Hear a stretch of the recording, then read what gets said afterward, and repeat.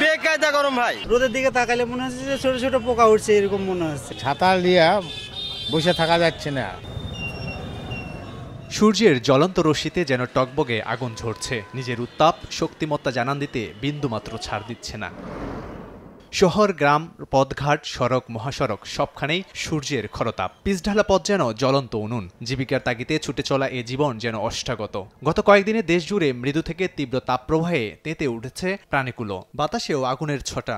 বেকায়দা গরম ভাই। এত কষ্ট হচ্ছে গরমে, খালি পানি খাওয়া লাগতেছে। রোদের দিকে তাকালে মনে হচ্ছে যে ছোট ছোট পোকা উঠছে, এরকম মনে হচ্ছে। ছাতা নিয়ে বসে থাকা যাচ্ছে না।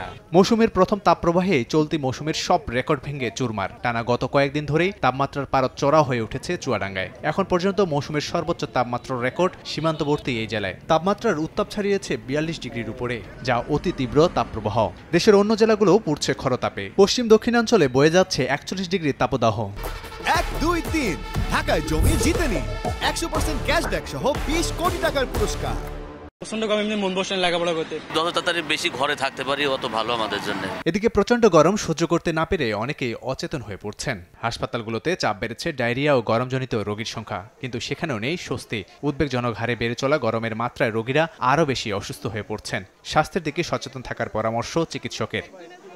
তীব্র তাপপ্রবাহে রেললাইন বেঁকে অনাকাঙ্ক্ষিত দুর্ঘটনা এড়াতে ব্রাহ্মণবাড়িয়া অঞ্চলে যাত্রীবাহী ট্রেন ৪০ কিলোমিটার এবং পণ্যবাহী ট্রেন ৩০ কিলোমিটার গতিতে চলাচলের নির্দেশনা রেলপথ বিভাগের। লাবিব হাসান, সময় সংবাদ।